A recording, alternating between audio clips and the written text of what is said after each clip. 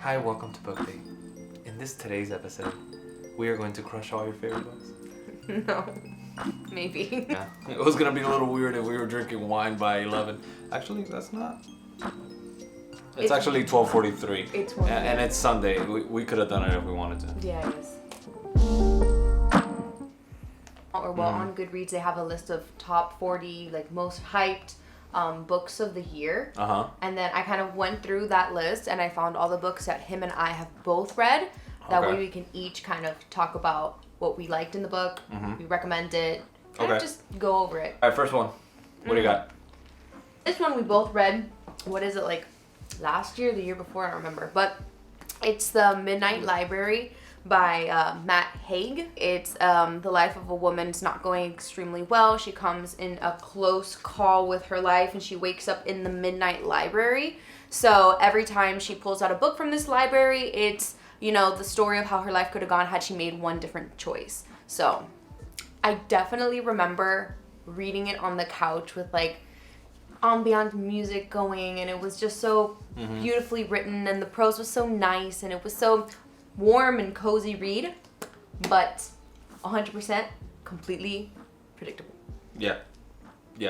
I also didn't like it. It was just too predictable. I liked it. I actually did some research and I Googled, on average, how many books does the average American read? It's between 4 to 8 or something like that. A year? A year, exactly. So when I think about it, it's would these books be one of the 4 to 8 that I would recommend, that if you don't read any other books in the year, these are the 4 to 8 that you should read? I don't think this book is one of them. Basically, it was just too forgettable. Basically, you get in 20% of the way in and you already know where it's going. It's one of those be careful what you wish for books. It's one of those I'll be more appreciative of what you have. It's one of those, if you try out different possibilities of the way that your life could be, you realize that the one you have isn't that bad. You know what this book would be really good as? A high school or a middle school read. Yeah, I mean, that's one of the things, right? That if you're a young enough reader, if you haven't been exposed to that much material, that many movies, that many books, that many anything, this could be maybe fresh for you. I did give it 4 stars. Thinking back on it now in a little retrospect, maybe it is a 3 stars, but I do definitely think this could be a good, reading classroom discussion book. Yeah, middle school or something like that. Although I do think it has some mature stuff in there. Was it? There might have. I don't know. It's just so forgettable. Yeah. So, next one we're talking about is Tomorrow, Tomorrow, and Tomorrow by Gabrielle Zevin.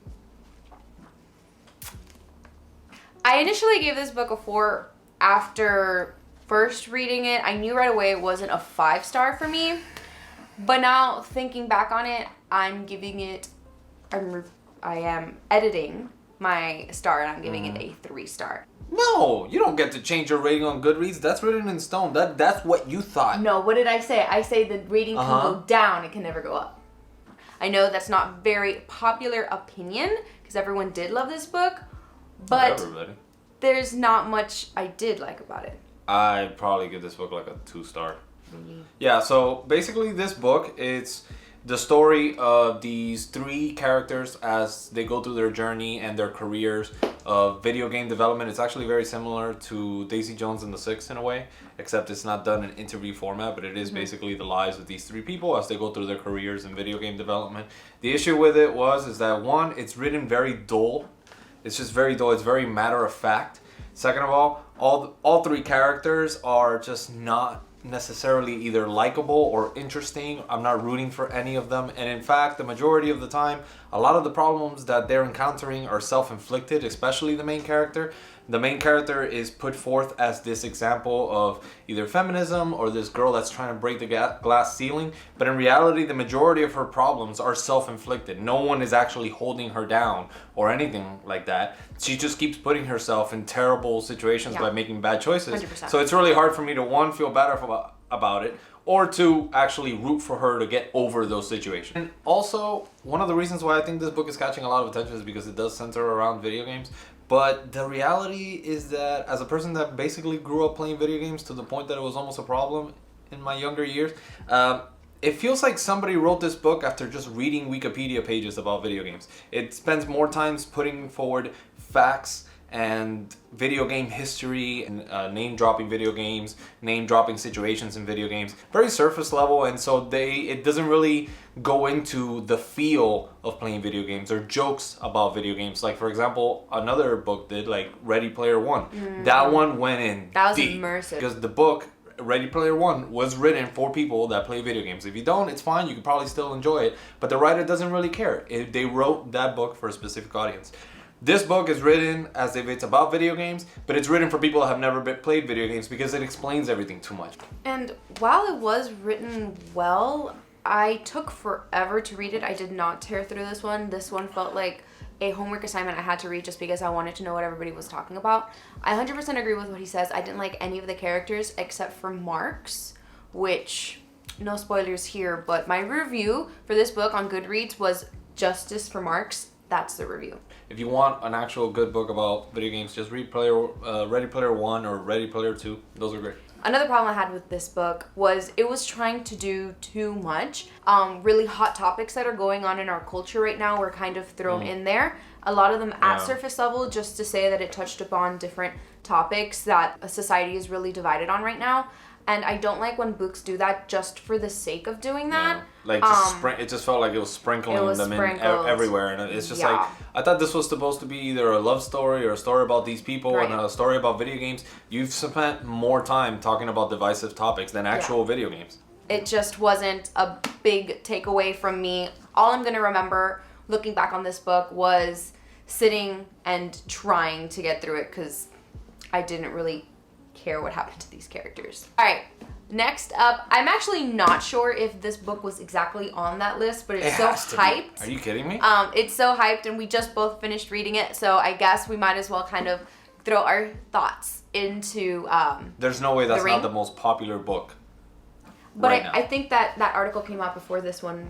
Okay, it doesn't matter. It would be in there if it was. Right. And this book took off like fast, like within a week or two. All of a sudden, it was the most popular book.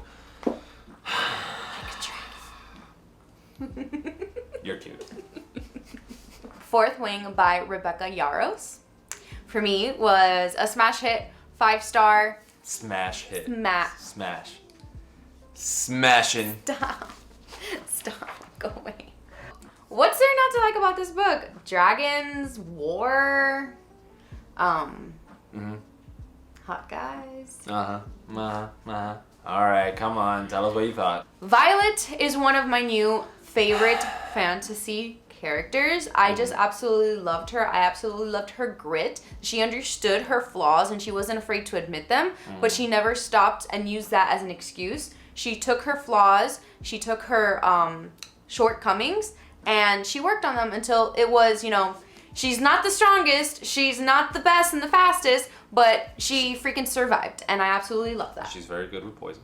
And she's very good with poison. Very, very smart, figuring out of the box ways to survive in those kinds of situations. Very much kind of like Katniss did in the Hunger Games, where you play to your strengths. I love that kind of thing. And then loved the world building, loved that this book just kind of, I flew through it. I was so excited for the characters, where it was going. Obviously, the budding romance was exciting, but I loved the dragons and the connections the dragons had with their riders and the way that the kind of schooling went. It was very reminiscent of the best fantasy has to offer. Who would you recommend that book to? Anybody. No. I think everyone will like it. You All right, I'll get liked it. I'll get to. So, I think this is the successor to like the Hunger Games, except spicy. Yeah, Hunger Games was just kind of sad and moody. Right. This one is spicy. This one's spicy. It is a little bit more fun. It's a little bit more joking around. It's a little bit silly at times versus the Hunger Games. It was just like we're starving and we need to figure this out. Blah, blah, blah. Exactly. That's basically how the book starts. But if you don't know the plot of this book, it's basically dragon riders in dragon school and dragon riding school. It's extremely hardcore and brutal, which I found kind of interesting because pretty violent. They have like, it's super violent, and like a lot of the students like die or are at risk of death, but everyone's always joking around anyway, which I found, like, if you have such a like a Spartan society, why are you all so kiddish? You know what I mean? Whatever. Anyway, it's so that it's fun. It wouldn't be fun to have all these moping characters all over the place. Yeah. But it is fun. It was good. I just wouldn't recommend it to everybody. I think that the way that the book is written and the writer, she's extremely good at writing a fun ride. Every single scene has conflict. Every single scene has characters trying to accomplish something. So every single scene, every single chapter is basically a story unto itself, and that's what makes for an engaging book. That's why The Hunger Games is so engaging. That's why all the Brandon Sanderson books are so engaging. Something is always happening. It's not just dropping exposition onto you at breakneck speed, even though even in this book, when she does do that, it is still within the context of characters trying to accomplish something within the scene while trying to explain to you world building and all of that stuff. That being said, it's hard to enjoy the book when about 25 to 30% of the time it's basically a teenage girl drooling over 3 different guys. And if you're a man reading this, I don't know if those parts are gonna hit home when, you know, she's talking about how his biceps glisten and it makes her feel a certain way. Also, yeah, this is some spicy stuff, man. I gotta say. It was spicy. And I'm on to you. This isn't new. I'm on to you. You've just discovered this. Okay, but this book is like on window, like it's on the windows of stores. Yeah. You girls ain't hiding it. No, we never. Well, I think you are hiding it. You're just hiding it behind words. I'm going to talk about the end of this book, and I obviously don't want to spoil it for anybody who hasn't read it, so Gia is going to put the timestamp where you can just kind of skip ahead to not hear any of the spoilers. But now I'm going to talk about the spoiler. I totally knew Brennan was alive the entire time. Brandon was alive the entire time. No, I didn't think about that one. Ha ha! I just didn't care. The whole time. I knew it. And then when there was talk of revolution and there was talk of this and that, and I'm like, Brennan is there. He's alive. She's gonna run into her brother. I didn't see, what I didn't see coming was Xaden kind of involvement. I knew there was something going on. 100% I saw that one coming. I knew that there was something going on. I didn't know to what extent he was involved. Yeah, that it turns out that he's the good guy the whole time. That the rebels were the good guys the whole time. I saw that coming. I saw that coming. Everybody sees that coming. He's just a misunderstood bad boy. Now, I was surprised. I was caught off guard when Violet was thrown into the involvement at the end. That I didn't see coming. I thought that was really great. That all of a sudden she was in this and she had, you know, when they got all sent to be killed, basically. Mm-hmm. And then when Dane says bye to her, knowing that she was, if she goes with Xaden, she was being sent to her death. That was a surprise. I did not see that coming. Very, very cool. Knew Xaden was actually the good guy. I knew the revolution was probably the good thing, which is always, you know, the case with a lot of these fantasy books, but the Brennan thing, so satisfying. I love this book. I love this book. It's very satisfying. It's very satisfying. Cute. In all honesty, if we can get everybody reading this instead of ACOTAR, I think the world would be a slightly better place. I don't know. I just think the world building to me makes more sense. I think the other one takes itself too seriously, and this one is just a little bit more fun. And then like this world more, it makes more sense to me than the fairy world in ACOTAR, which was another book on that list that we both read. Gia just read the first book. I read the whole series. Very mid, not big fans of it, so we don't have to kind of go too much into detail. But he thinks it's a waste of time. I think the series gets much better. A Court of Thorns and Roses. The first book was just not a good setup for the rest of the series. That's where they got that. A Court of Thorns and Roses, ACOTAR. Next up from that list, we both also read It Ends With Us by Colleen Hoover. I read this 2 years ago. I feel like you just recently read it. I read it like 3 months ago just to spy on you. Just to see and all you other girls out there reading spicy things that you think nobody knows about. And I gotta say, you girls, like I said before, you girls are into some spicy stuff. And it's just out in the open, right there. Anyway, so basically the book is just about this girl and her love triangle with 2 other... What? No? No, you don't agree? When I think back on this book, I don't even remember the spice. That's not what I took away from it at all. At all. Stethoscope. That means absolutely nothing to me. Well, it means something to certain people. Every single time I see a girl, or meet a girl, or talk to a girl that has read this book, all I have to say is stethoscope, and they blush. That is not what I took away from this book at all. Okay.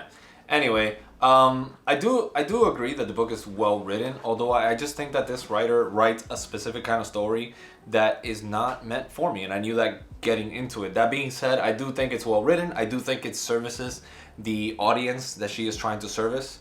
I think she does it extremely well.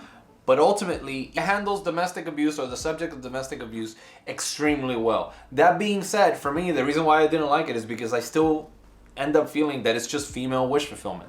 It is one girl stuck in a love triangle with two extremely eligible bachelors that any girl would drool over. One of them is a neurosurgeon with an incredible amount of money, and the other one is this good-hearted, nice restaurant owner that will make her cookies just to make her feel better. And both of them are extremely attractive and all of that stuff. So I do think that ultimately, even though it handles this topic, this very serious topic, in a very good way, and it kind of gives you a glimpse into that kind of situation, it's still female wish fulfillment. Well, what you're saying isn't wrong.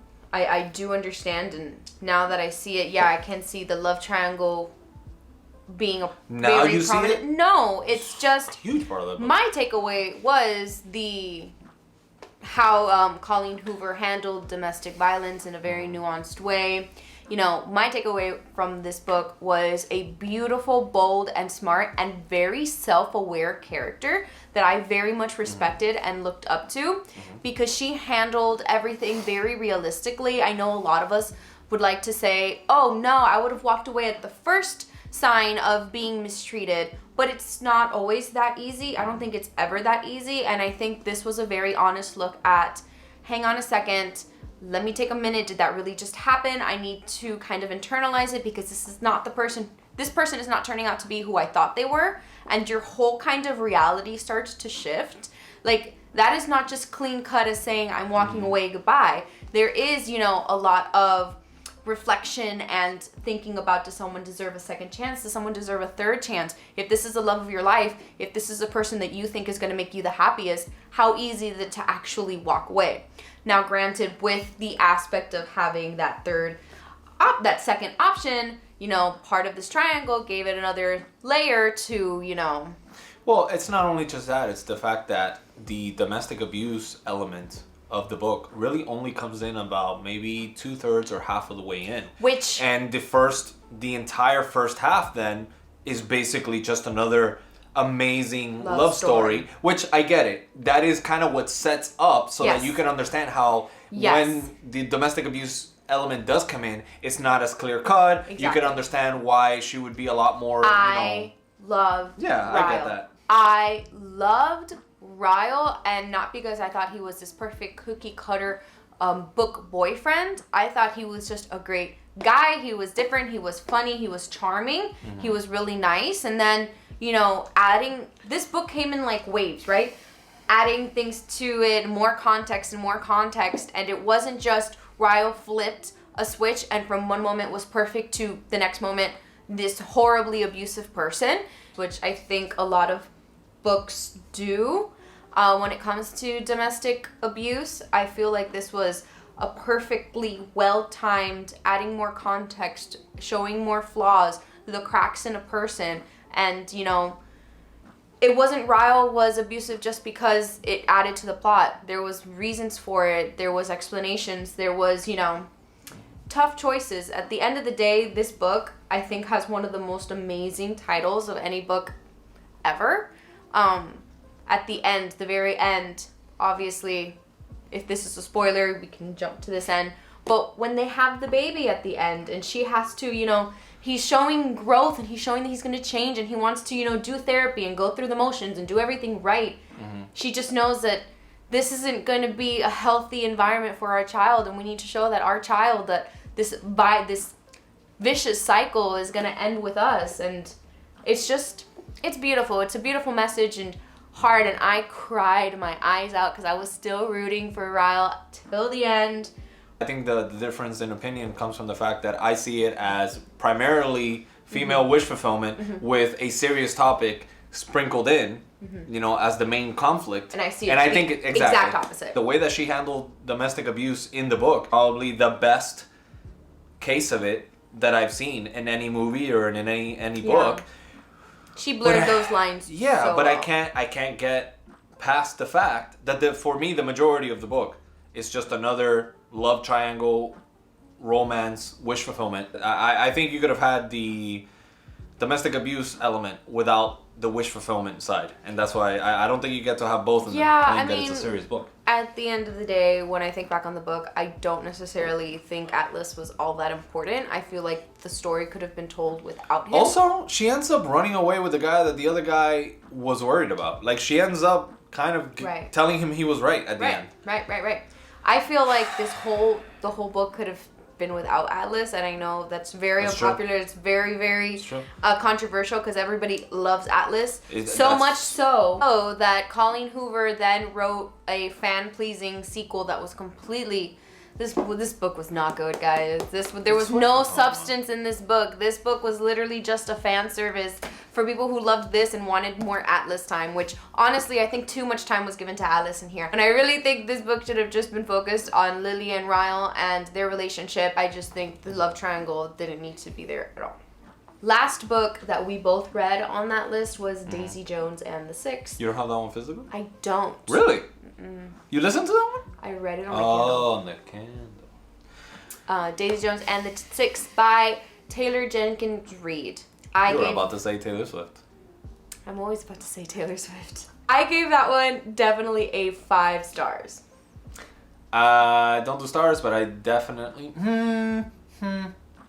Would I consider this as one of the 4 or 8 books that you should read in the whole year? See, this one's a tough one. This one's a tough one. I think that this book was good. I think it was extremely well written. I think that it was very entertaining. So much so that you read this book and it's basically interviews with members of a rock band talking about their career as a rock band.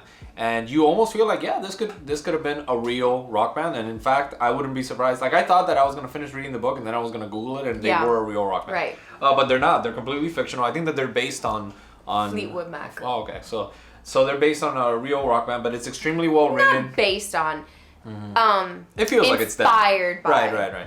Right. So I think that the writer, she's very talented. But the reason why I don't know if I can recommend this is because it ends up being just a drama about people and their personal problems, and that to me is just not as appealing. It's not really what I read books for. But that being said, if you like reading books for the drama, for the characters, for the interpersonal issues and all that thing, I think this book is fantastic, and I think you should definitely read it. I think very, very well written, and the ending was actually like very nice and surprising. Like you think that it's gonna end a certain way, and it doesn't, and it really does leave you with a good feeling. Yeah. The ending was so satisfying in the sense that not only did I not completely expect it at all, but it's just... It felt like the characters deserved that ending, as kind of sad as it was. Love the old classic rock back in the 70s, that vibe, that era. We both love Fleetwood Mac. Listen to them all the time. Yeah. But so it's just that kind of moody, that era is just definitely one of my favorites for music. Yeah, and I love the interview style. Format. Yeah, I love that. Love those kinds of books. I do love them. I don't think there's another That's why I told you you'd like this one. Remember, I told you you should read it because it's in that interview format. Yeah, I liked it a lot. Extremely well written, to the point that they do really feel like real people. It feels like a real world. I feel like I was reading the band and I feel like I could hear them. I could listen to them. And then we watched the series. Well, I watched the series. You watched the series. You got the music was good. You got drawn in at the end. Yeah, I was hearing the music. Oh my gosh. That series was so fantastic. Very true to the novel. I mean, from what I remember. I don't remember there being anything like, that didn't happen. But the vibe, the storylines, the characters, the way that the series was filmed, and the music, which is my favorite part. Why I was so excited that they were making a series is so we can actually listen to the music. And that's exactly what I imagined. It was so Fleetwood Mac-y. It was... Fleetwood Mac-y, yeah. I downloaded that album. I put it on my playlist, like, immediately. So fantastic. Watch the series, read the book, then watch the series, or watch the series, then read the book. But I personally like to read the book, then watch the series. That way you kind of like, when they start singing the song, you're like, I remember it in the book. This is exactly how I thought it was going to sound. I think it's more satisfying that way when you read the book first. So, highly recommend. For me, it was a 5-star. I absolutely adore Taylor Jenkins Reid. I feel like she can do no wrong in my eyes. Every single book of hers has been fantastic, in my opinion. I should probably read some more of her books. Like I do like the way that she writes. I would love to see you read 7 Husbands of Evelyn Hugo. Hardcastle? Stop doing that. You did. How do we end up doing that in every single video? Every single video. Of all the books we talked about, which ones are actually worth the hype? I think Fourth Wing is definitely worth the hype. I think the fact that even though it was not written for me, it was written, for a female audience, even though I was able to read it and I was actually able to enjoy it and I thought it was a fun ride, even though I had to roll my eyes for about 25% of it, I think that book is actually worth the hype. I think it is. I read Hunger Games when Hunger Games was, in its heyday, and I thought Hunger Games was great. But this one I think is kind of a successor to it. I'm just, man, you girls and your books have just gotten so spicy since they've gotten so spicy since Hunger Games. You know what I mean? They didn't used to be like this. Oh, baby, you should have seen the books I read in middle school, baby. Okay. Oh. Anyway, so yeah, I actually think that Fourth Wing is definitely worth the hype. I get why It Ends With Us is worth the hype. It Ends With Us is a gratifying book. It is an engaging book. But people were putting it like if it was an Oscar level book. Like it was like, oh, this is like the performances and the subject matter and the writing was so incredible. It's like, relax. I think it's worth the hype. I think it's a fantastic book. I think it's worth the hype. Don't get me wrong. I do think that it's worth the hype. I just don't think that it is as good as people make it out to be. As important as people make it out to be. Yeah. Okay. I do not think Tomorrow's worth the hype. I don't. I do not think A Court of Thorns and Roses is worth the hype. To say it's not good, and I do want to read further Sarah J. Maas things. That's the author. She has a lot of other fantasy series that I also want to read and dive into. But other than that, it's Midnight Library, pretty mid. Don't think it's worth the hype. I'm surprised that book has gotten as much attention as it has. I feel like that's a book that could have just gone under the radar. Daisy Jones and the Six. Damn, I slur a lot. Yeah, that one's worth the hype for sure. So yeah, Daisy Jones and the I think so, yeah. The list we just went through, we just spoke about the books that we both read. So I'm going to run through it and talk about, and just say yes, no, worth the hype, not worth the hype to the books that I've personally read that he hasn't. And 3 words that describe why it's worth the hype. 7 Husbands of Evelyn Hugo, worth the hype.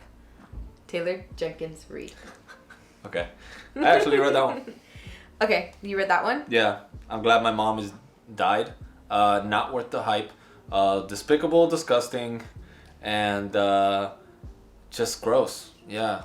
It's just like it leaves you with a really bad taste in your mouth. Next. Yeah, Did you read that one? No. Yeah. No, I understand, and people say it's great, and people say that it's very eye-opening, and who's anybody to judge what a person's memoir is? That's their story. Mm-hmm. I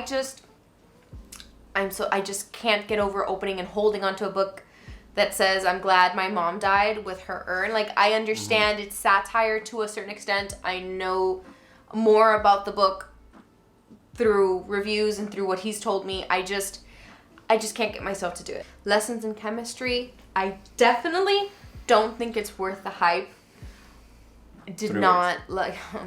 Overrated. Mm-hmm. Well, controversial for the sake of being controversial. Okay. Not a good take on feminism. Okay, next. That's good. It's hard because that book, I understand what it was trying to do. I don't think it did it well. I didn't appreciate that book. I didn't enjoy the writing. I didn't enjoy anything about it. But people think it's like revolutionary. You read that one too. Verity. 100% worth the hype. Heart pounding. Great writing. Plot. Colleen twist. Hoover? Yes. Spicy? Little bit. Book lovers.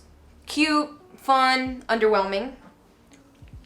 Was it not worth the hype? Not worth the hype. Worth the hype? I don't think it was worth the hype. Okay.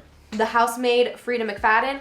That book, I just finished it. Totally worth the hype. Unexpected, exciting, creepy. And you read it in like one day. I read it in like 5 hours. Uh-huh. Carrie Soto's back. Apparently, yeah, it's worth the hype. Worth the hype. Yes, one of my You feel like five-star you're playing reads. tennis. Yes, I feel. Tennis. Want to play tennis, whatever. Ugly Love, not worth the hype. My least favorite Colleen Hoover. Reminders of Him, worth the hype. They're all Colleen Hoover. She's very, very popular right now. Ooh. One True Loves by Taylor Jenkins Reid, definitely worth the hype. I think that's one of her more unpopular books that I guess is getting more popular now since it's on this list. It's basically all Colleen Hoover and Taylor Jenkins Reid. But One True Loves is the best love triangle book ever. It's a true love triangle. It's so good. So basically, she's married to love of her life or whatever. He passes away, goes missing, He's accident. not actually dead. Years go by. She gets over the grief, is getting married to somebody new now, really loves him. Oh no. Comes back from the dead. That is a true love triangle there, you know. Malibu Rising, another Taylor Jenkins Reid. Don't think that one's worth the hype. I think it's my least favorite from her. And that is it. Were there any other ones that you read from here? No. Yeah, this list has a very specific audience. Yeah, I don't think there's enough guys. Yeah, I don't know. I don't think there's enough of me to go around to be able to make up for it. You don't be giving yourself to go around. What the heck? You're all mine, baby. We hope that our thoughts, opinions, and recommendations help you out along your journey of going through this list and deciding what else you want to read in 2023. Sorry to all the guys out there, but there's just not a lot in there for us. Anyway, guys, thank you for joining us on our book date, coffee date edition on this Sunday morning. Not sponsored by Starbucks, but a girl can hope. Like and subscribe, and we'll see you in the next one. We're more of Duncan family anyway. Duncan, we also accept sponsorships from you. Yeah.